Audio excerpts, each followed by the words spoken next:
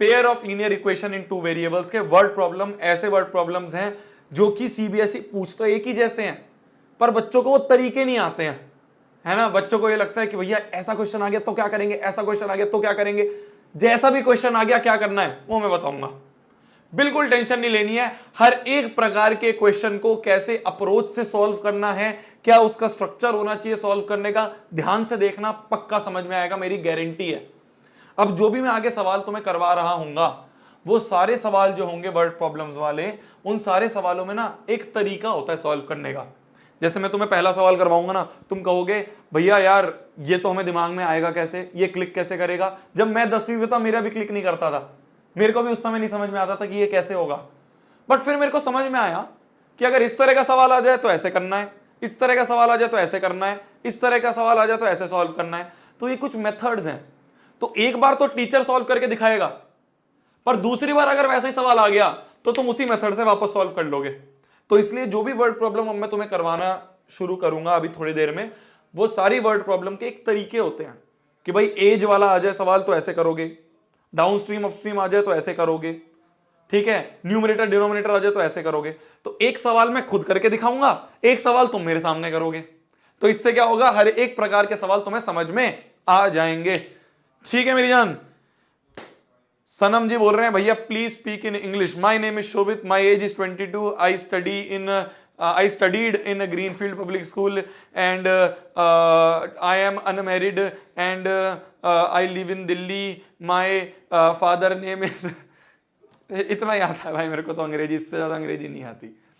ठीक है मेरी जान, एक वर्ड प्रॉब्लम मैं करके दिखाऊंगा, ठीक है, जैसे ये वाला जो वर्ड प्रॉब्लम है, इस टाइप की एक प्रॉब्लम, ये जो प्रॉब्लम सामने लिखी है, ये जो वर्ड प्रॉब्लम लिखी है, एक मैं करके दिखाऊंगा। ध्यान से देखो, ऐसे सोचो कि मेरे को कुछ नहीं पता क्या करना है, शोभित भैया बता रहे हैं। मैंने भी जब पढ़ा था ये पहली बार तो मेरे को भी ऐसा लगता भैया ये कैसे दिमाग में आएगा, ये कैसे करेंगे।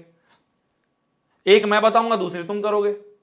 तो इसके तरीके होते हैं, वो तरीके आपको एक टीचर ही समझा पाएगा, जरूरी नहीं है आपको एकदम देखते ही क्लिक कर जाए। तो एक मैं बताऊंगा, जैसे ही वो करूंगा उसके बाद दूसरा तुम वैसे ही खुद सॉल्व करोगे। ठीक है मेरी जान, ध्यान से देखना, ध्यान से देखो। तो क्वेश्चन कहता है the sum of the digits of 2 digit number. भाई कोई भी 2 डिजिट नंबर है, ठीक है। एक बात बताओ, चलो इस क्वेश्चन से करने से पहले एक बात बताओ, 27 है, क्या 27 को मैं 2 इंटू 10 प्लस 7 इंटू 1 करके लिख सकता हूं? भाई ये क्या है, ये वंस प्लेस पे है और ये टेंस प्लेस पे है। तो ये बचपन में हमने पढ़ा था कि वंस, इसको अगर एक्सपैंड करके लिखना होता है तो ऐसे लिखते हैं कि जो टेंस प्लेस पे उसको 10 से मल्टीप्लाई, प्लस करके जो वंस प्लेस पे उसको 1 से मल्टीप्लाई। तो 2 इंटू 10 प्लस 7 इंटू 1 बनेगा तो वही ना, 2 इंटू 10 20, 7 इंटू 1 7, तो 20 प्लस 7 27 ही बनेगा। तो ऐसे लिख सकते हैं। 36 अगर लिखा है तो इसको कैसे लिखेंगे भाई, जो वंस प्लेस पे उसको 6 इंटू 1, जो टेंस प्लेस पे उसको 3 इंटू 10। तो जो टेंस प्लेस पे उसको 10 से मल्टीप्लाई, जो वंस प्लेस पे उसको 1 से मल्टीप्लाई, तो 3 इंटू 10 प्लस 6 इंटू 1 ये हो गया। ठीक है, तो अगर तुम्हें 17 लिख दें तो जो वंस प्लेस पे है उसको 7 इंटू 1 करेंगे, जो टेंस प्लेस पे है, टेंस प्लेस पे क्या है 1 है, उसको 10 से मल्टीप्लाई करेंगे। तो जो टेंस प्लेस पे है, जो टेंस प्लेस पे है उसको 10 से मल्टीप्लाई, जो वंस प्लेस पे है, जो वंस प्लेस पे उसको 1 से मल्टीप्लाई। सिमिलरली जो अगर कोई 100 प्लेस पे होता तो उसको 100 से मल्टीप्लाई करते हैं, इस तरह से ही करेंगे।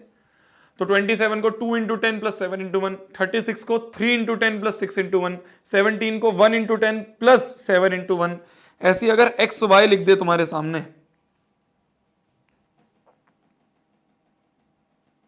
तो इसको कैसे लिखोगे? एक्स वाई एक 2 डिजिट नंबर है, एक्स इंटू वाई नहीं है, यहां पे ये 3 इंटू 6 नहीं होता, यहां पे ये 1 इंटू 7 नहीं होता, ये एक्स वाई एक 2 डिजिट नंबर है। तो उसको कैसे लिखोगे कि भाई वंस प्लेस पे क्या, या ऐसे छोड़ो ना, तुम्हें मैं बोलूं कि वंस प्लेस पे एक डिजिट फॉर्म करो, फॉर्म आर डिजिट। मैं तुमसे क्वेश्चन बोल रहा हूं, form a 2 digit number, form our 2 digit number जिसके वंस प्लेस पे जो है वो y है और टेंस प्लेस पे जो है वो x है। तो बताओ ये 2 डिजिट नंबर क्या होगा जिसके 1 प्लेस पे y है और टेंस प्लेस पे x है? तो ये 2 डिजिट नंबर क्या होगा बताओ?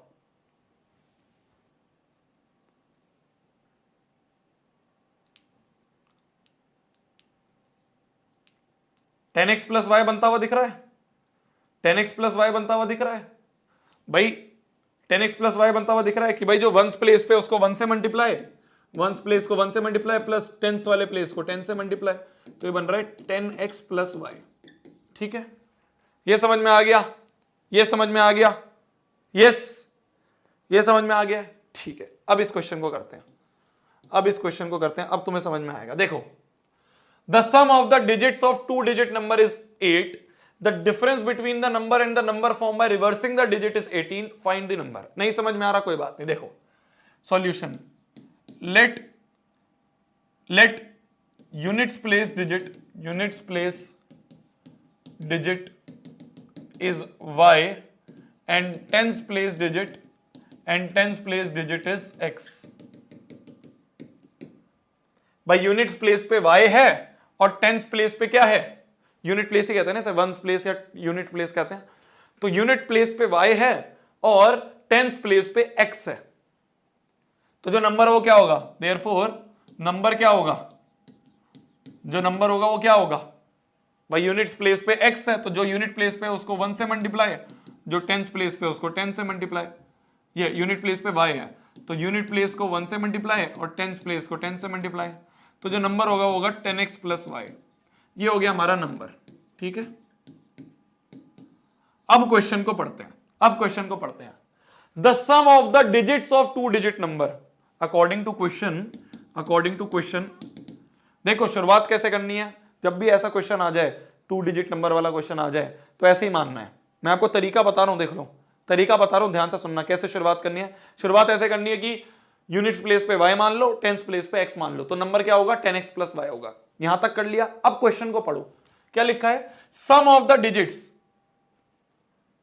Digits of this 2 digit number, sum of digits, भाई यूनिट प्लेस पे y है और टेंस प्लेस पे x है, तो यूनिट प्लेस डिजिट जो है वो y है और टेंस प्लेस की डिजिट x है, तो इन दोनों डिजिट का सम, भाई यूनिट प्लेस वाली डिजिट y और टेंस प्लेस वाली डिजिट x, इन दोनों डिजिट्स का जो सम है वो 8 है, इन दोनों डिजिट्स का जो सम है वो 8 है। ये हमें पहली इक्वेशन दे दी, ये पहली इक्वेशन बन गई।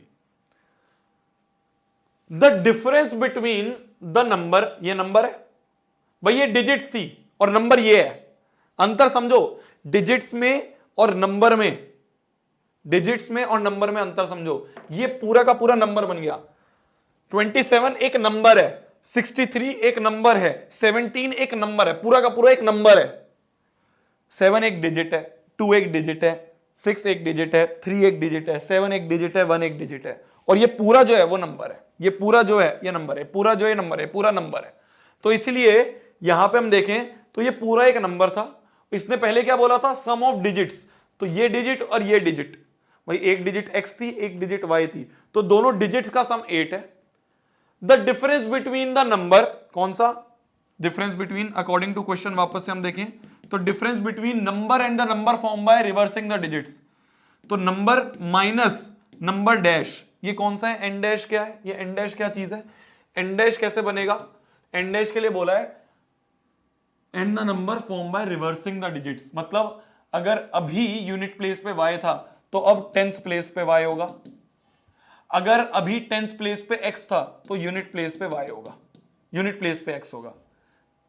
बस उल्टा कर दिया, पहले यूनिट प्लेस पे क्या था, पहले यूनिट प्लेस पे y था तो अब वो टेंस प्लेस पे हो गया, टेंस प्लेस पे x था तो अब वो यूनिट प्लेस पे हो गया, तो उल्टा कर दिया, रिवर्सिंग द डिजिट कर दी ना भाई, पहले टेंस प्लेस पे x था अब वो यूनिट प्लेस पे हो गया, पहले यूनिट प्लेस पे y था अब वो टेंस प्लेस पे हो गया, तो डिजिट्स को रिवर्स कर दिया। अब जो नंबर बनेगा एन डैश, अब जो नंबर डैश बनेगा अब क्या बनेगा भाई, यूनिट प्लेस पे x है तो x इंटू 1, टेंस प्लेस पे y है तो y इंटू 10, तो 10y प्लस x, ये नंबर बन रहा है एन डैश। तो बोला जा रहा है the difference between number and the number form by reversing the digits, तो डिफरेंस क्या है, n माइनस एन डैश जो है वो क्या है, वो 18 है, तो n माइनस एन डैश जो है वो 18 दिया है, तो n जो है हमारा वो है 10x plus Y, N dash जो है वो है 10y प्लस x, ये 18 दिया है। इसको सॉल्व करें तो 10x plus Y minus 10y minus x बराबर 18, तो 10x minus x is 9x, y minus 10y is minus 9y equal to 18, 9 common ले लो तो x minus Y equal to 18, तो यहां से अगर 9 2 18 होता है, 9 2 18 होता है, तो x माइनस वाई बराबर 2, ये बन गई हमारी सेकेंड इक्वेशन। तो पहली इक्वेशन है x प्लस वाई बराबर 8, दूसरी है x माइनस वाई बराबर 2। ये दो इक्वेशन बन रही है।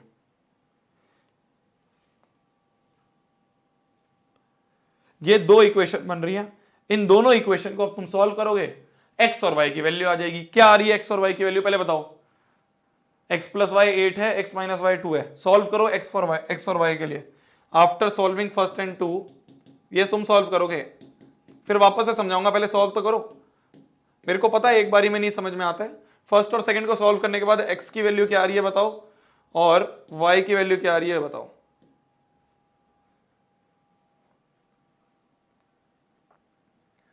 x की वैल्यू 5 आ रही है, y की वैल्यू 3 आ रही है। x की वैल्यू 5 है, y की वैल्यू 3 है। क्या यही आंसर है? नहीं नहीं नहीं, हमें क्या निकालना है? नंबर निकालना है, ये नंबर बताना है। तो जो नंबर होगा वो होगा 10x plus Y, 10x plus Y. तो 10 इंटू 5 प्लस वाई इज 3, तो 10 into 5 50 plus 3 53, 53 is your answer. तो जो नंबर है वो 53 है, जो नंबर है वो 53 है।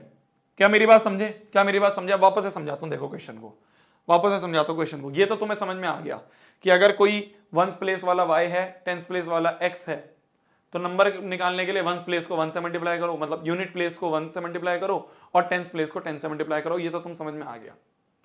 अब जब भी इस तरह का क्वेश्चन आएगा, इसको करने का ये तरीका है जो मैंने करके बताया तुम्हें।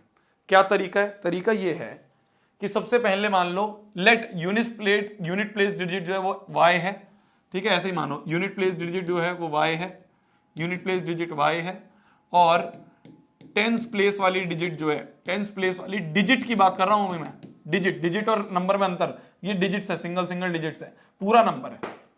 तो यूनिट प्लेस वाली y मानना, टेंस प्लेस वाली x मानना, तो जो नंबर बनेगा वो बनेगा 10x प्लस वाई। ठीक है, यहां तक करना है।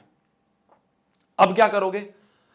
अकॉर्डिंग टू क्वेश्चन, अब तुम क्वेश्चन पढ़ोगे, तुमने कहा कि भाई सम ऑफ डिजिट जो है वो 8 है, तो एक डिजिट है y, एक डिजिट है x, दोनों का सम जो है वो 8 है।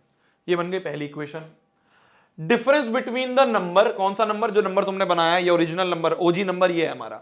तो difference between this number and the number form by reversing the digits, number form by reversing the digits. तो अब डिजिट्स को क्या करना है? हमें रिवर्स करना है, रिवर्स करना है डिजिट्स को, रिवर्सिंग डिजिट्स। रिवर्स मतलब जो यूनिट प्लेस पे था वो टेंस प्लेस पे, जो टेंस प्लेस पे था वो यूनिट प्लेस पे। तो यूनिट प्लेस पे y था, अब वो टेंस प्लेस पे चला गया। टेंस प्लेस पे x था, अब वो यूनिट प्लेस पे चला गया। तो अगर कुछ ऐसा हो जाए तो नंबर क्या बनेगा? यही बोला है ना, डिफरेंस बिटवीन नंबर, तो number and the number form by reversing the digits. तो रिवर्सिंग डिजिट्स करने के बाद जो नंबर बना n डैश, वो ये बना 10y प्लस x। तो ओजी नंबर ये था, n डैश हमारा ये बना। बोला है इन दोनों का डिफरेंस 18 है, तो n माइनस n डैश 18 है, ये क्वेश्चन ने बोला। तो n माइनस n डैश ये 18 करा, दूसरी इक्वेशन बनी। तो एक इक्वेशन ये बनी, एक इक्वेशन ये बनी, एक्स वाई की वैल्यू आ गई। क्या एक्स वाई की वैल्यू ही आंसर है? नहीं नहीं नहीं, क्वेश्चन बोल रहा है फाइंड द नंबर, तो ये नंबर बताना है। तो नंबर क्या है? 10x plus Y. तो 10x प्लस वाई करा, 53 आ गया। Easy PG. एक बार अब तुम खुद करोगे तो तुम्हें समझ में आएगा। ये अभी तुमने देखा है, अब तुम बिल्कुल इसी तरीके से, पहले तो इसको जल्दी से लिख लो, जल्दी से लिख लो, जल्दी से लिख लो, जल्दी जल्दी, 2 सेकंड का टाइम दे रहा हूं, जल्दी से इसको लिख लो। और लिखने के बाद बिल्कुल इसी तरीके से सेकंड वाला क्वेश्चन करना। तुम कहोगे भैया कुछ भी नहीं था यार, ये तो मजाक था। बिल्कुल इसी तरह से सेकंड वाला क्वेश्चन करो, जल्दी। लिख लिया? डन? डन है? डन है, चलो लो अब ये वाला क्वेश्चन करो। You have 2 minutes, you have 2 minutes to do this question. सबको करना है, कोई भी मक्कारी नहीं करेगा मेरे साथ कि मास्टर तो बाद में करवाई देगा, मैं बाद में कर लूंगा। नहीं, 2 मिनट है, जल्दी करो, जल्दी। जैसे ही मैंने देखा कि ये डिजिट वाला क्वेश्चन है, तो क्या करूंगा मैं? शोभित भैया ने बताया, लेट यूनिट्स प्लेस पे, यूनिट्स प्लेस डिजिट जो है वो y, यूनिट्स प्लेस डिजिट जो है वो y, और टेंस प्लेस की डिजिट जो है वो मैंने मान ली x, टेंस प्लेस की डिजिट जो है वो मान ली मैंने x। देयरफॉर जो नंबर होगा वो क्या बनेगा?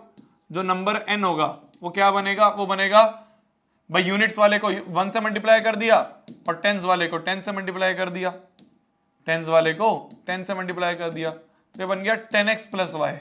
ये हमारा नंबर n। ठीक है जी, अब हम क्वेश्चन पढ़ेंगे। अकॉर्डिंग टू क्वेश्चन, इससे पहले मैंने क्वेश्चन पढ़ा ही नहीं था, मैंने ये देखा अच्छा डिजिट वाला क्वेश्चन है, ये लिख दिया। ये तरीका है करने का, वरना कंफ्यूज होते रहोगे। क्या पहले इतना लिख दिया, अब क्वेश्चन पढ़ूंगा। The sum of the digits of two digit number. अच्छा सम ऑफ डिजिट्स, एक डिजिट है x, एक डिजिट है y, दोनों का सम क्या होगा, क्या दिया है 12। ठीक है जी, ये हो गई पहली इक्वेशन।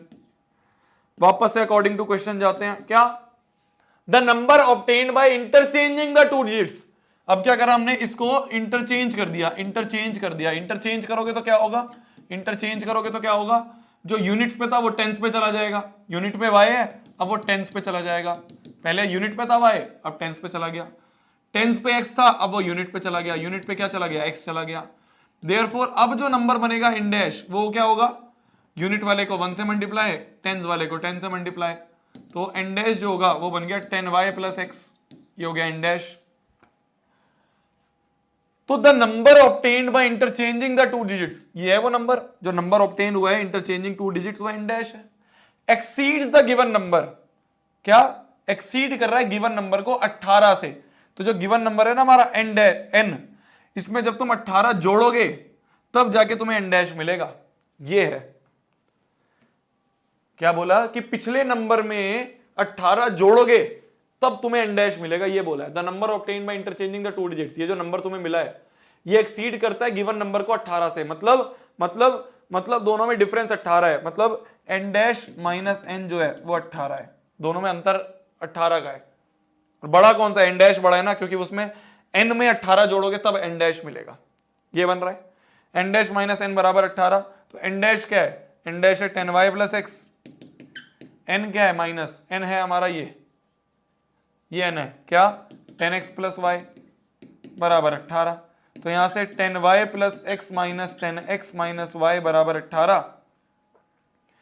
तो इससे हम ये देखेंगे, इसको सॉल्व करें तो 10y minus Y is 9y, x minus 10x is minus 9x बराबर 18। तो 9 इंटू वाई माइनस एक्स बराबर 18।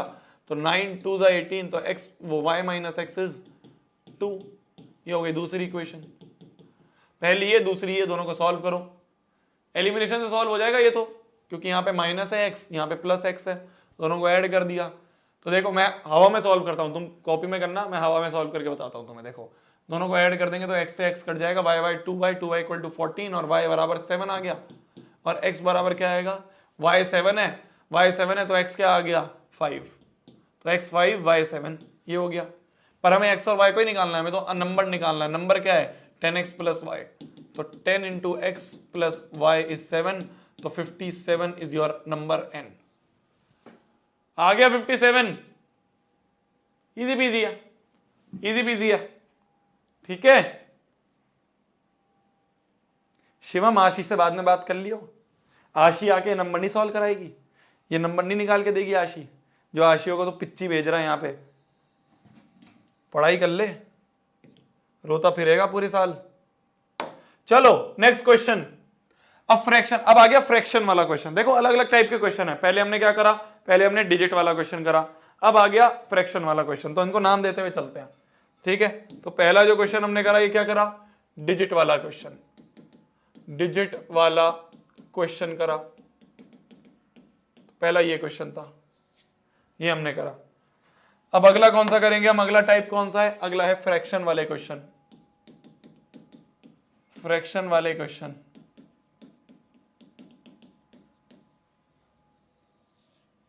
ठीक है, हम करेंगे फ्रैक्शन वाले क्वेश्चन। कह रहे ब्रेक, पढ़ाई कर ले।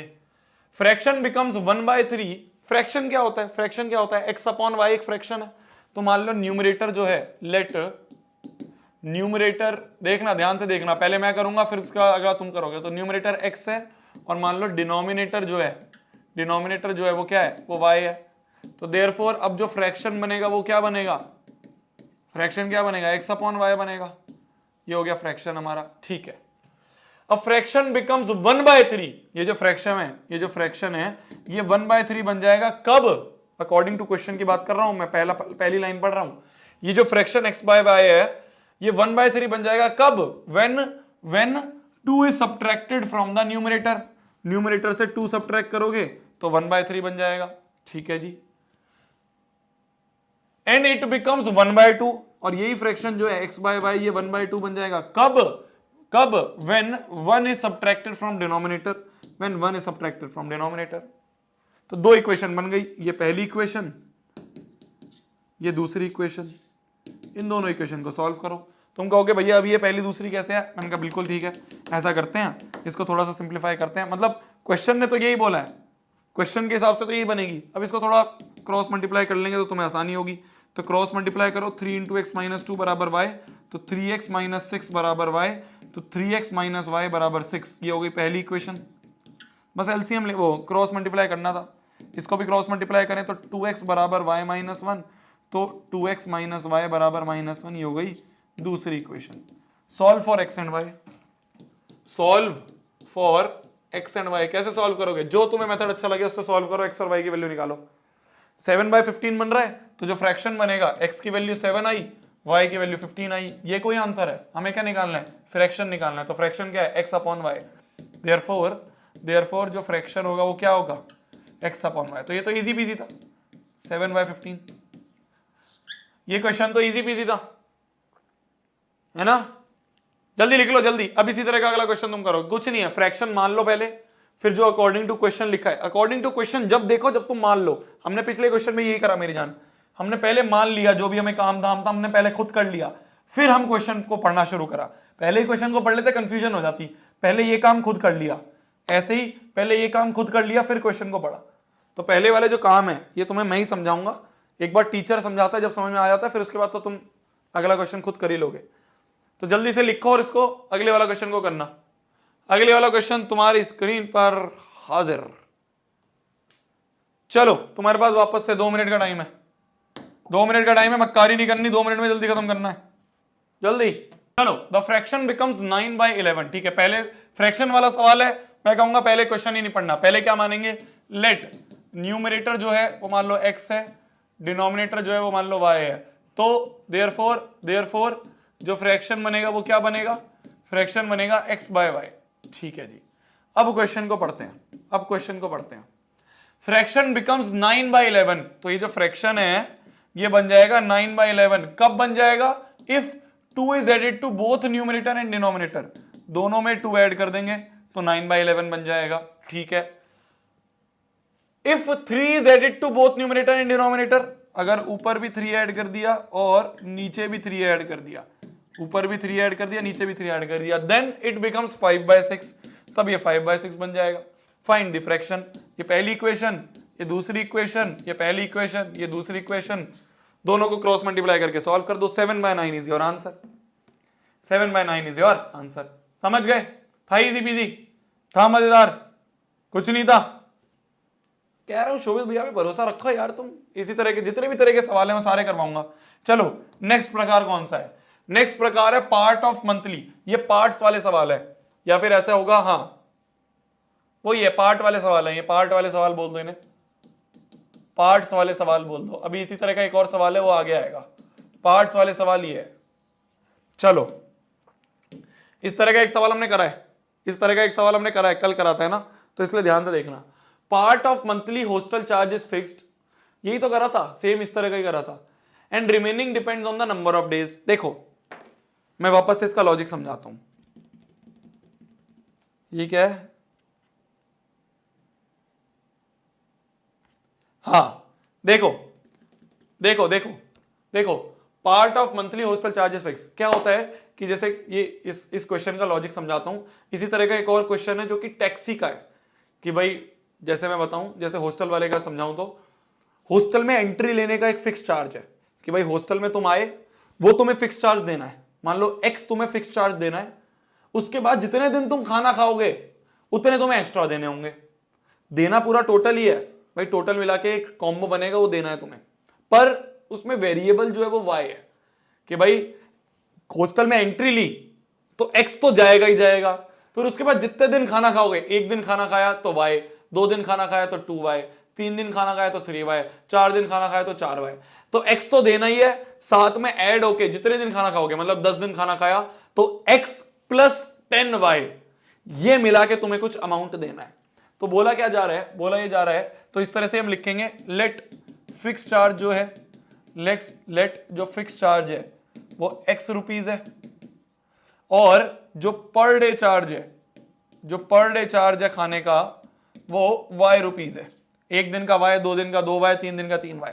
x तो देना ही है, फिर जितना दिन खाना खाओगे उतना और दे देना, ये टोटल होगा।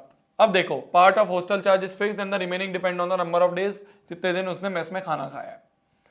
अकॉर्डिंग टू क्वेश्चन, अगर हम स्वाति जी की बात करें तो when Swati takes food for 20 days she has to pay 3000 as total hostel charge. Total उसको 3000 देने हैं, टोटल उसको 3000 देने हैं। कब देने हैं? जब उसने 20 दिन खाना खाया। तो एक दिन खाना खाती तो वाई, 20 दिन खाया तो 20 वाई।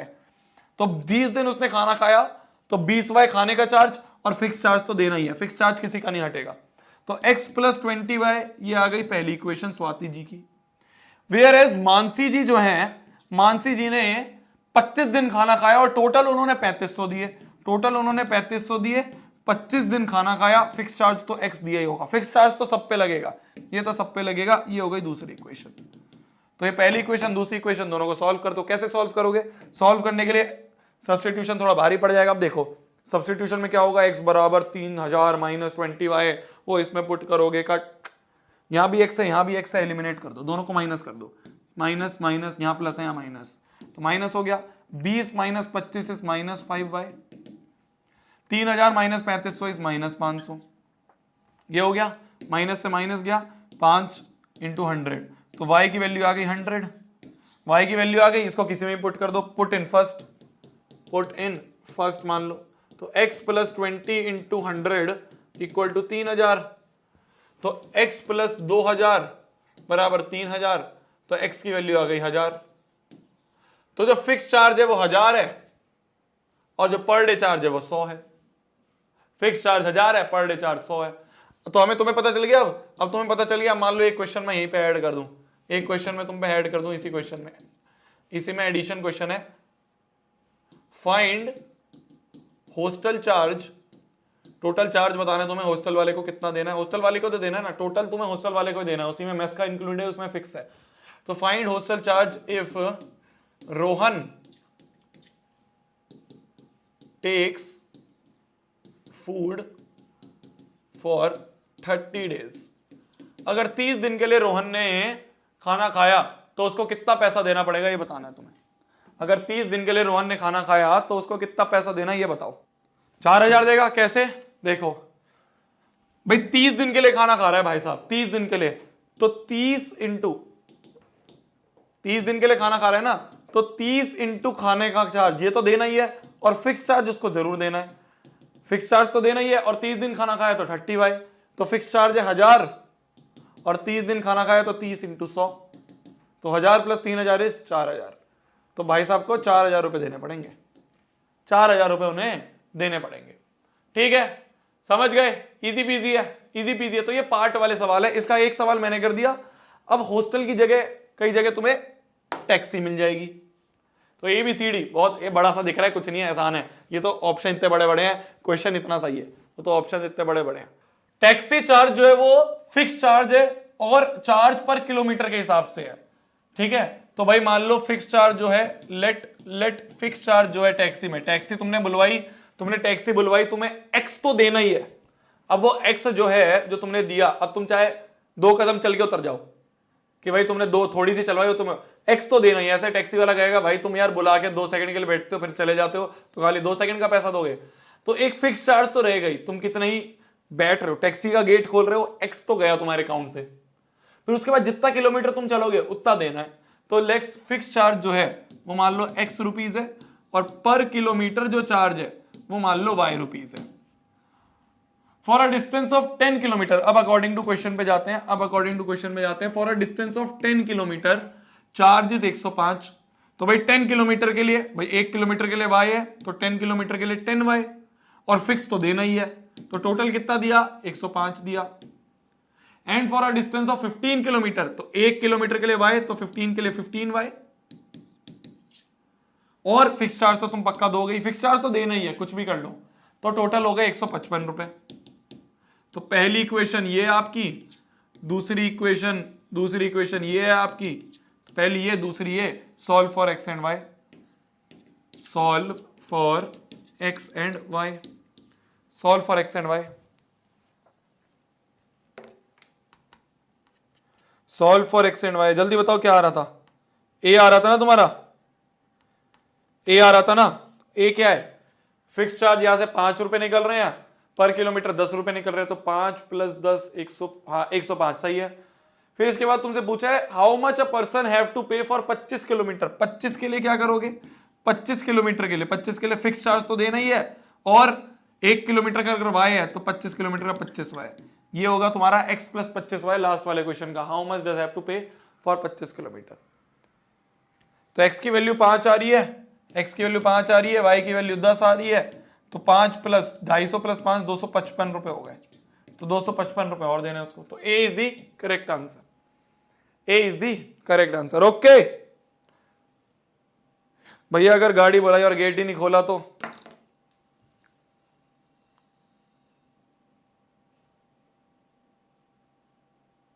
क्या बोलूं मैं, क्या बोलूं, बता क्या बोलूं मैं, कुछ हो तो मेरा बोलने के लिए, तब तो मैं कुछ बोलूंगा, क्या बोलूं।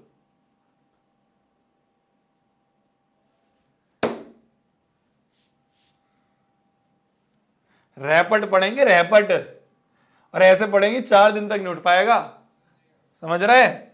चलो नेक्स्ट टाइप का क्वेश्चन, एज वाले क्वेश्चन बहुत इंपॉर्टेंट है, सीबीएसई को बहुत पसंद है एज वाले question.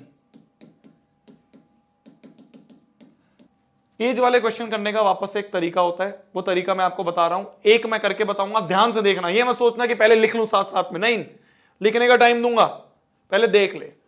As of the father is twice the sum of ages of his 2 children, 2 बच्चे हैं, ठीक है, तो उनका सम करके 2 करोगे, सम करके 2 से मल्टीप्लाई करोगे तो एज ऑफ फादर मिलेगी। तो इसको करने का तरीका ये होता है, लेट एजेस ऑफ 2 चिल्ड्रन, भाई दोनों बच्चों की जो एजेस है वो मान लो x और y है, एक बच्चा x साल का है और दूसरा बच्चा y साल का है, ठीक है, एक है x ईयर ओल्ड और एक है y ईयर ओल्ड। अब अकॉर्डिंग टू क्वेश्चन देखो, देखना जैसे बता रहा हूं वैसे सॉल्व करना है। सबसे पहले क्या लिखना है, एजेस ऑफ 2 चिल्ड्रन मान ली x और y, ये पहला स्टेप। दूसरा स्टेप, पहली लाइन पढ़ो सिर्फ, age of the father is twice, तो एज ऑफ फादर की एज जो है वो क्या है, twice sum of ages of his 2 children, twice the sum of ages, तो सम करके ट्वाइस करोगे तो एज ऑफ फादर आएगी। ये है पहली लाइन का अकॉर्डिंग टू क्वेश्चन। ध्यान से देख लो, मैं फिर बोल रहा हूं दिक्कत आती है इस क्वेश्चन में। सबसे पहला स्टेप क्या है, बच्चों की एज मान ली x और y, फिर पहली लाइन पढ़ी, पहली लाइन पढ़ के देखा अच्छा फादर की एज क्या है, twice the sum of ages, ये लिख दिया, तो ये क्या है, ये आ गई फादर की एज। आफ्टर 20 ईयर्स के बाद कॉमा है, तो बस यहीं तक पढ़ो, आफ्टर 20 ईयर्स, बस इतना पढ़ना है, आगे नहीं पढ़ना, आगे वाला जो भी लिखा है उसको भूल जाओ, आगे जो भी लिखा है उसको भूल जाओ। क्या लिखा है, आफ्टर 20 ईयर्स, अच्छा 20 साल बाद, तो 20 साल बाद पहले अपने आप निकाल लो, आफ्टर 20 ईयर्स मेरे हिसाब से क्या एज होगी वो लिखो। क्वेश्चन में क्या बोला है बाहर में जाए, मैंने क्या करा, पहले बच्चों की एज मानी, पहली लाइन पढ़ के अकॉर्डिंग टू क्वेश्चन लिखा, फिर मैंने 3 वर्ड पढ़े, क्या, आफ्टर 20 ईयर्स, बस यहीं पर स्टॉप हो गया। 20 साल बाद की बात कर रहे हैं, क्वेश्चन छोड़ो, पहले अपने आप देख लो 20 साल बाद होगा क्या। भाई अभी अगर फादर की एज ये है तो 20 साल बाद क्या होगी, एफ डैश जो होगी, मेरे हिसाब से एफ डैश क्या है, मेरे हिसाब से एफ डैश क्या है, 20 साल बाद, 20 साल बाद मेरे हिसाब से क्या एज होगी, इस समय ये है, तो 20 साल बाद इसमें 20 और ऐड कर दूंगा, तो इसी में मैं 20 और ऐड कर दूंगा, तो 20 साल बाद मेरे हिसाब से ये एज होगी, और मेरे हिसाब से 20 साल बाद बच्चों की एज क्या होगी, 20 ईयर्स लेटर मेरे हिसाब से बच्चों की एज क्या होगी, एक की हो जाएगी x प्लस 20 और दूसरे की क्या हो जाएगी y प्लस 20। देख लो, ध्यान से देखना क्या बोला मैंने, एज ऑफ, वापस से करने का तरीका क्या है, करने का तरीका यह है, पहले बच्चों की एज मान ली x और y, करने का तरीका क्या है, पहले मैंने बच्चों की एज मान ली x और y,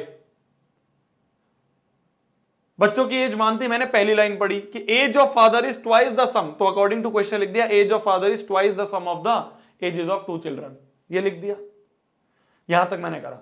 अब क्या करा मैंने, अब मैंने आगे के 3 वर्ड पढ़े, आफ्टर 20 ईयर्स, मैंने कहा अच्छा 20 साल बाद की बात कर रहे हैं, तो 20 साल बाद पहले मैं अपने हिसाब से लिख लेता हूं, क्वेश्चन का बाद में देखेंगे। मेरे हिसाब से 20 साल बाद फादर की एज ये होगी, मेरे हिसाब से 20 साल बाद फादर की एज ये होगी। मेरे हिसाब से बच्चों की एज होगी x+20 y+20। इतना कर लिया। अब आगे पढ़ता हूं क्वेश्चन को। तो after 20 years his age will be equal to sum of the ages of his 2 children. भाई मेरे हिसाब से फादर की एज ये थी, पर क्वेश्चन कह रहा है कि 20 साल बाद जो फादर की एज होगी ना, अकॉर्डिंग टू क्वेश्चन जो 20 साल बाद फादर की एज है वो होगी सम ऑफ एजेस ऑफ 2 चिल्ड्रन। तो ये और ये इनका सम कर दोगे तो 20 साल बाद क्वेश्चन के हिसाब से फादर की एज ये है। तो क्वेश्चन के हिसाब से एफ डैश ये है, मेरे हिसाब से एफ डैश ये है, पर है तो दोनों ही एफ डैश। भाई ये फर्स्ट इक्वेशन भी एफ डैश है, दूसरी भी एफ डैश है, दोनों के एलएचएस तो बराबर ही हैं, तो फर्स्ट जो है वो सेकंड के बराबर ही तो है। ध्यान से देखना, वापस बता रहा हूं। मैंने सबसे पहले क्या करा, मैंने कहा बच्चों की एज एक्स और वाई है।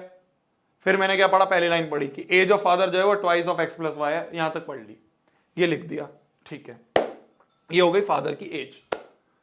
अब मैंने आगे की 3 लाइन पढ़ी, आफ्टर 20 ईयर्स। मैंने कहा अच्छा आफ्टर 20 ईयर्स की बात कर रहा है, क्वेश्चन पढ़ूंगा कंफ्यूज हो जाऊंगा, पहले मैं खुद लिख लेता हूं मेरे हिसाब से 20 साल बाद क्या होगा। मेरे हिसाब से अगर आज ये एज है तो 20 साल बाद ये एज होगी। मेरे हिसाब से अगर आज ये एज है तो 20 साल बाद ये एज होगी। तो मेरे हिसाब से एफ डैश ये है। और मेरे हिसाब से बच्चों की एज क्या है, बच्चों की भी लिख लो, फादर की लिख ली, बच्चों की भी लिख लो, क्या होगी बच्चों की x+20 y+20। क्वेश्चन क्या कह रहा है कि आफ्टर 20 ईयर्स जो फादर की एज है वो इन दोनों के एडिशन होगा। After 20 years his age will be equal to sum of ages of his 2 children. तो उस समय जो एज है उसका सम करोगे तो वो होगी फादर की एज। तो क्वेश्चन के हिसाब से एफ डैश ये है, मेरे हिसाब से एफ डैश ये है, पर है तो दोनों ही एफ डैश, तो दोनों को बराबर कर दो, फर्स्ट और सेकंड बराबर है। भाई दोनों के एलएचएस बराबर है तो दोनों के आरएचएस भी बराबर होंगे। तो 2 टाइम्स x+y+20 जो है ये किसके बराबर होगा, ये बराबर होगा x+20 प्लस y+20 के बराबर, ये होगा, ठीक है, x+20 और y+20 के बराबर होगा, ठीक है। अब इसको सॉल्व करके निकालो क्या निकल रहा है, x प्लस वाई की कुछ वैल्यू आएगी, यहां से तुम्हारा सॉल्व करके x प्लस वाई आ जाएगा, x प्लस वाई की वैल्यू 20 आएगी। पर हमें क्या निकालना है, हमें निकालना है find the age of father. तो एज ऑफ फादर कैसे निकालोगे, एज ऑफ फादर क्या है, एज ऑफ फादर तो ये है f ही तो age of father, present age of father तो ये है। तो नाउ जो f होगा वो क्या होगा, 2 टाइम्स x प्लस वाई, तो हो जाएगा 2 टाइम्स x प्लस वाई क्या है 20, तो फादर की एज क्या होगी 2 टाइम्स 20 मतलब 40 ईयर्स, तो फादर की एज होगी 40 ईयर्स। तो इस तरह से इस क्वेश्चन को करना है, पहले बच्चों की एज मानी, फिर अकॉर्डिंग टू क्वेश्चन पहली लाइन पढ़ के फादर की एज लिख दी, ठीक है। अब आगे के 3 वर्ड्स पढ़े, आफ्टर 20 ईयर्स, तो पहले अपने हिसाब से 20 साल बाद का सिनेरियो देख लो। 20 साल बाद मेरे हिसाब से फादर की एज ये है, मेरे हिसाब से बच्चों की एज ये है। फिर आगे का पढ़ा कि 20 साल बाद इसके हिसाब से फादर की एज क्या है, बच्चों की एज का सम है। तो मेरे हिसाब से तो ये था, क्वेश्चन के हिसाब से ये है, पर है तो दोनों ही एफ डैश, तो दोनों को बराबर कर दिया, x प्लस वाई मिल गया, वो x प्लस वाई उठा के यहां पुट करा, तो 2 times x plus y 2 times 20 40 is the answer. Next question अब तुम सॉल्व करोगे, जल्दी 2 मिनट का टाइमर है, सॉल्व करो। Father's age is 3 times the sum of ages of his 2 children. करने का तरीका क्या है, करने का तरीका है let ages of children are, मान लो एजेस ऑफ चिल्ड्रन जो है वो क्या है x एंड y है। तो अकॉर्डिंग टू क्वेश्चन फादर की एज क्या है, फादर की एज क्या है, father's age is 3 times the sum of ages of his 2 children, ठीक है जी, इतना लिख लिया, ये है फादर की एज, ये है फादर की एज। अब हम क्या करेंगे, सिर्फ 3 वर्ड्स पढ़ेंगे, आफ्टर 5 ईयर्स, क्या आफ्टर 5 ईयर्स, अच्छा 5 साल बाद की बात कर रहा है, क्वेश्चन मत पढ़ो, पहले अपने आप देखो। आफ्टर 5 ईयर्स मेरे हिसाब से क्या होगा, आफ्टर 5 ईयर्स मेरे हिसाब से क्या होगा, अभी अगर ये एज है तो 5 साल बाद क्या होगा, ये प्लस 5, तो 3 times x plus y plus 5 होगा, ये होगा एफ डैश, ये होगी फादर की एज, ठीक है। बच्चों की एज क्या होगी 5 ईयर्स बाद, after 5 years, after 5 years, 5 years later बच्चों की एज क्या होगी, मेरे हिसाब से पहले लिख लूंगा फिर क्वेश्चन देखूंगा। तो मेरे हिसाब से क्या होगा 5 ईयर बाद x प्लस 10, वो x प्लस 5 और y प्लस 5, ये हो जाएगी बच्चों की एज। अब क्वेश्चन पढ़ता हूं, तो आफ्टर 5 ईयर्स ये बोल रहे हैं जो फादर की एज है, हिज एज मतलब फादर की age will be 2 times the sum of ages, 2 times the sum of ages. तो f डैश जो इनके हिसाब से है वो है 2 times sum of ages, 2 times sum of ages. तो मेरे हिसाब से f डैश ये था, क्वेश्चन के हिसाब से एफ डैश ये सेकंड है और ये फर्स्ट है, बट है तो दोनों ही एफ डैश, तो फर्स्ट का जो आरएचएस है वो सेकंड के आरएचएस से बराबर कर देंगे क्योंकि दोनों के एलएचएस बराबर है। तो फर्स्ट बराबर सेकंड है, तो 3 times x plus y plus 5 बराबर 2 times x plus 5 plus y plus 5 होगा। यहां से सॉल्व करें तो 3x plus 3y plus 5 equal to 2x plus 2y plus 5 plus 5 10 10 into 2 20, ये हो गया। 3x माइनस 2x, जब ये 2x इधर आएगा तो माइनस हो जाएगा, 3x minus 2x 6x, 2y इधर जाएगा तो माइनस 2y, तो 3y minus 2y is y, और ये 5 जब उधर जाएगा तो 20 में से 5 गए तो 15 आ गया, तो x plus y is 15। Find the present age of father, age of father हमें निकालनी है। Now present age of father क्या है, फादर की प्रेजेंट एज क्या है 3 टाइम्स एक्स प्लस वाई, तो हो जाएगा 3 टाइम्स एक्स प्लस वाई क्या है 15, तो 15 तिया 45, ये होगी फादर की age. This is your answer. तो इस तरह से हम एज वाले क्वेश्चन जो है वो कर रहे होंगे, इस तरह से हम एज वाले क्वेश्चन जो है वो कर रहे होंगे। आरंभ बैच की क्लास होगी 5:30 वाली, वो 5:30 वाली जो क्लास है वो 6 बजे होगी आरंभ बैच की, ठीक है, वो 6 बजे का मैंने करवा दिया। अब आता है तुम्हारा लास्ट अपस्ट्रीम डाउनस्ट्रीम वाले क्वेश्चन, ठीक है। तो हमने 3-4 प्रकार के क्वेश्चन देखे। सबसे पहले हमने क्या देखा, सबसे पहले हमने देखा कि अगर तुम्हें, सबसे पहले हमने कौन से देखे, सबसे पहले हमने देखे डिजिट वाले क्वेश्चन। डिजिट वाले क्वेश्चन के बाद हमने देखा फ्रैक्शन वाले क्वेश्चन, कि फ्रैक्शन वाले क्वेश्चन कैसे करते हैं। फिर हमने देखा कि पार्ट्स वाले क्वेश्चन, कि पार्ट ऑफ मंथली फीस और टैक्सी वाला हो गया। फिर हमने देखा एज वाले क्वेश्चन। अब जो लास्ट है हमारा अपस्ट्रीम और डाउनस्ट्रीम वाले क्वेश्चन। उसके बाद इसके सारे के सारे क्वेश्चन जो हैं वो कंप्लीट हो जाएंगे। एक बोट है, ठीक है, एक बोट है, बोट को मान लो मैंने स्टिल वाटर में रख दिया। स्टिल वाटर मतलब ऐसा वाटर जो खड़ा पानी होता है ना, तो खड़े पानी में रख दिया। खड़े पानी की कोई स्पीड नहीं होती, तो एक बोट है, मान लो वो एक्स स्पीड से जा रही है, तो एक बोट जो है एक्स स्पीड से चलती रहेगी, कोई इसकी स्पीड तो ही नहीं, खड़े पानी की कोई स्पीड है नहीं, तो एक्स स्पीड से भागती रहेगी। तो यहाँ पे जो स्पीड ऑफ बोट है, स्पीड ऑफ बोट जो है वो यहाँ पे x किलोमीटर पर आवर चल रही है। तो ये क्या हो गया, ये हो गया स्टिल वाटर वाला केस। एक होता है अपस्ट्रीम वाला केस। अपस्ट्रीम का मतलब कि नाव जो है वो तो x से जा रही है, पर जो स्ट्रीम है वो उसके उल्टी तरफ आ रही है, मतलब स्ट्रीम के ऊपर जा रही है। स्ट्रीम ऐसे जा रही है, स्ट्रीम की कोई स्पीड है मान लो t kilometre per our stream की स्पीड है, और x kilometre per our boat की स्ट्रीम है। तो जो बोट की स्पीड है वो x आगे जा रही है। अप स्ट्रीम मतलब स्ट्रीम के ऊपर जा रही है, स्ट्रीम ऐसे बही जा रही है, नदी ऐसे बह जा रही है t से, और बोट ऐसे ऊपर जा रही है x से, ठीक है। तो बोट की जो स्पीड थी स्टिल वाटर में वो तो x थी, पर अब क्या है, ये स्टिल वाटर नहीं है, तो स्पीड ऑफ बोट क्या हो जाएगी, अब क्या हो जाएगी स्पीड ऑफ बोट, अब स्पीड ऑफ बोट क्या हो जाएगी, अब स्पीड ऑफ बोट क्या हो जाएगी, x तो उसकी स्टिल वाटर में थी, पर अब क्या हो रहा है, स्ट्रीम पीछे खींच रही है। अब स्ट्रीम क्या है, पीछे खींच रही है। भैया ये डिलीटेड नहीं है, ये क्वाड्रेटिक में इस तरह का क्वेश्चन आएगा, पेयर ऑफ लीनियर में नहीं आ रहा है, क्वाड्रेटिक में आएगा, इसलिए देख ले। तो x स्पीड से जो है वो ऊपर जाने की कोशिश कर रही है, पर उसको t से पीछे खींचा जा रहा है। तो अब नेट स्पीड क्या हो जाएगी बोट की, x से तो जाना चाह रही थी पर t से पीछे खींच रहे हैं, तो x minus T kilometre per hour ये हो जाएगी बोट की स्पीड। समझ गए। जब सीधे खड़ी थी, स्टिल वाटर था, वाटर की कोई स्पीड नहीं थी, तो वाटर में तो भगे जा रही थी, एक स्पीड से भगे गई। जैसे ही उन्होंने देखा कि भाई अपस्ट्रीम है, अपस्ट्रीम मतलब स्ट्रीम के ऊपर जा रही है, स्ट्रीम में से ऐसे भाग रही है, स्ट्रीम है, टी मतलब speed of stream, speed of stream जो है वो है t किलोमीटर पर आवर। तो अगर स्टिल वाटर में होता तो x से भागती, पर अब क्या हो रहा है, x से जाना चाह रही थी पर t से पीछे खींच रहे थे, तो नेट क्या होगा x माइनस टी। अब आता है डाउनस्ट्रीम वाला केस। डाउनस्ट्रीम में क्या होता है, डाउनस्ट्रीम में होता है मेरी जान कि भाई एक बोट है, वो ऊपर जा रही है x से ऊपर जा रही है, और स्ट्रीम भी उसी के साथ चल रही है, या फिर आप मान लोगे डाउनस्ट्रीम मतलब नीचे आ रही है, तो स्ट्रीम ऐसे आ रही थी, स्ट्रीम की स्पीड t थी, और बोट भी साथ में आ रही है x से। तो अपस्ट्रीम क्या था, अपस्ट्रीम था ऊपर जा रही है, स्ट्रीम नीचे है, स्ट्रीम ऐसे पीछे जा रही है, ये स्ट्रीम को काटते हुए आगे जा रही है, तो x माइनस टी था। अब क्या डाउनस्ट्रीम है कि स्ट्रीम के साथ ही बहती हुई आ रही है, तो अब जो नेट स्पीड ऑफ बोट होगी, वो क्या होगी, x से आ रही थी, टी और मिल गया तो x plus t kilometre per our, x plus t kilometre per our. समझे समझे समझे? तो स्टिल वाटर था तो नेट स्पीड क्या थी? स्टिल वाटर है तो नेट स्पीड क्या रहेगी? जो स्पीड है वही नेट स्पीड रहेगी, क्योंकि भाई अभी स्ट्रीम की कोई स्पीड है ही नहीं, तो स्टिल वाटर में x से भागती रहेगी। अब स्ट्रीम में क्या हो रहा है? स्ट्रीम t से जा रही है और बोट ऊपर से जा रही है, तो x से जाना चाह रही थी पर t से पीछे खींच लिया, तो जो नेट स्पीड होगी वो x माइनस टी हो जाएगी। डाउनस्ट्रीम मतलब साथ में बहती हुई आ रही है, तो x से आ रही है, साथ में t और मिल गया तो x प्लस टी हो गया डाउनस्ट्रीम। ये तीन केस होते हैं, इन तीनों केस में जो स्पीड है ये हमें ध्यान में रखनी पड़ती है कि स्टिल में ये रहेगी स्पीड, स्टिल वाला तो वैसे भी इसी में समझ गया, अपस्ट्रीम में ये रहती है और डाउनस्ट्रीम में x प्लस टी रहती है। ठीक है, समझ गए? समझ गए?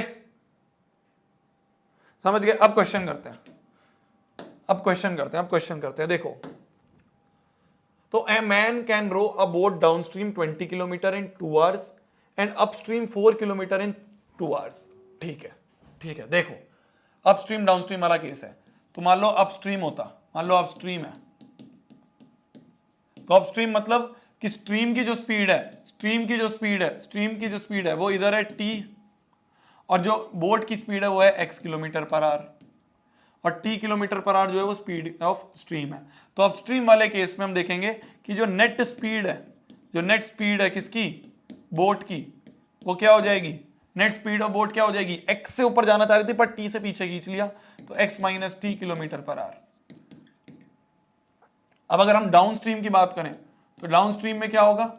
डाउनस्ट्रीम में बोट साथ में ही बहती आ जाएगी कि ये जो है ये स्पीड ऑफ स्ट्रीम है t, और बोट भी जो है वो साथ में बहती आ रही है, तो नेट स्पीड ऑफ बोट क्या हो जाएगी? अब नेट स्पीड ऑफ बोट क्या हो जाएगी? हो जाएगी x plus t kilometre per hour. ये हो जाएगा हमारा नेट स्पीड ऑफ बोट। अब क्वेश्चन पढ़ते हैं। क्वेश्चन बोल रहा है a man can row boat downstream 20 kilometre. तो डाउनस्ट्रीम जो है कितना? डाउनस्ट्रीम में डिस्टेंस कितना है? डिस्टेंस है 20 किलोमीटर। कितना टाइम लग रहा है? 2 घंटे लग रहे हैं। And it can draw upstream 4 kilometre. Upstream में डिस्टेंस कितना है? 4 किलोमीटर, और टाइम कितना लग रहा है? 2 घंटे। Find his speed of rowing in still water. तो जो स्टिल वाटर वाली स्पीड हमने क्या मानी थी? स्टिल वाटर में x होती है, तो स्टिल वाटर में x किलोमीटर पर आवर हमने माना था, लेट कर लिया था ना हमने, तो स्टिल वाटर में हमने x मान लिया था, और स्ट्रीम की स्पीड जो है वो हमने मान ली थी t किलोमीटर पर आवर। यही निकालना है हमें, x और t। तो find speed of rowing in still water, x निकालना है, और स्पीड ऑफ स्ट्रीम x और t निकालना है। देखो, दोनों में टाइम बराबर लग रहा है। क्या स्पीड, ये याद है तुम्हें, डिस्टेंस बराबर स्पीड इनटू टाइम होता है, तो डिस्टेंस अपॉन स्पीड जो होगा वो टाइम होगा। तो यहां पे भी अगर हम लिखें डिस्टेंस अपॉन स्पीड बराबर टाइम, तो डिस्टेंस क्या है? 4 अपॉन स्पीड क्या है? x माइनस टी बराबर टाइम क्या है? टाइम लग रहा है 2। ये एक इक्वेशन बनी। यहां पे भी अगर हम देखें तो डिस्टेंस अपॉन स्पीड बराबर टाइम, तो डिस्टेंस क्या है? 20 अपॉन में स्पीड कितनी है? x प्लस टी बराबर टाइम, टाइम कितना है? 2। ये दूसरी इक्वेशन बन रही है। तो पहली इक्वेशन, ये दूसरी इक्वेशन, दोनों को सॉल्व करो, x और d की वैल्यू निकालो। Easy PG. तो मेन चीज थी बस तुम्हें ये कॉन्सेप्ट समझना आना चाहिए कि अपस्ट्रीम का मतलब क्या होता है और डाउनस्ट्रीम का मतलब क्या होता है। ये कॉन्सेप्ट जैसे ही तुम्हें समझ में आ गया, ये क्वेश्चन हो जाएगा। स्टडी पूछ रहा है who has taken next toppers batch. मैंने ले रखा है ना, मैं शोभित।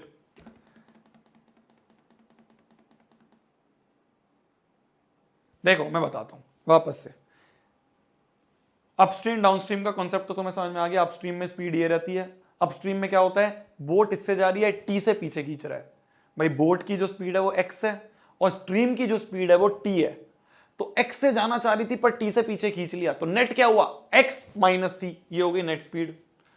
डाउनस्ट्रीम में क्या हो रहा है? बोट की स्पीड x है और स्ट्रीम भी t से ही आ रही है। बोट की स्पीड है x किलोमीटर पर आवर, और स्ट्रीम की जो स्पीड है वो भी है t किलोमीटर पर आवर। तो x और t आपस में जुड़ गए, तो x प्लस t हो गया, तो ये होगी स्पीड। हमें बोल रखा था जब कोई बंदा जब डाउनस्ट्रीम जा रहा है 20 किलोमीटर 2 घंटे में, तो 20 किलोमीटर 2 घंटे, तो डिस्टेंस स्पीड टाइम ये मिल गया, और अपस्ट्रीम में 4 किलोमीटर 2 घंटे में, तो डिस्टेंस टाइम और स्पीड ये मिल गई। तो स्पीड बराबर डिस्टेंस, वो डिस्टेंस बराबर स्पीड इंटू टाइम, ये दोनों तरफ लगा दिया, 2 इक्वेशन बन गई। इसके बाद तुम सॉल्व कर लोगे। तो डिस्टेंस बराबर स्पीड इंटू टाइम लगना होता है, ये तो हमने पढ़ा था ना, डिस्टेंस बराबर स्पीड इंटू टाइम, ये तो पढ़ा होगा तुमने 9th में फिजिक्स में। ठीक है, तो इस तरह से इसे सॉल्व कर लेंगे। बिल्कुल सेम तरीके का क्वेश्चन ये है, बिल्कुल सेम तरीके का क्वेश्चन ये है जो कि मैं आपको होमवर्क दे रहा हूं अपस्ट्रीम डाउनस्ट्रीम वाला, क्योंकि अभी करवाएंगे तो अपने पास टाइम नहीं है, अभी अगला चैप्टर भी करना है। तो इस तरह जितने भी अलग अलग प्रकार के क्वेश्चन थे उसका मैंने आपको कॉन्सेप्ट बता दिया कैसे सॉल्व करना है। अब जैसा भी क्वेश्चन आएगा जिस तरीके से बताया वैसे सॉल्व करना, सारे होते रहेंगे, ये मेरी गारंटी है। इस तरह से मैंने तुम्हारे सारे वर्ड प्रॉब्लम जो पेयर ऑफ लीनियर इक्वेशन में थे वो करवा दिए।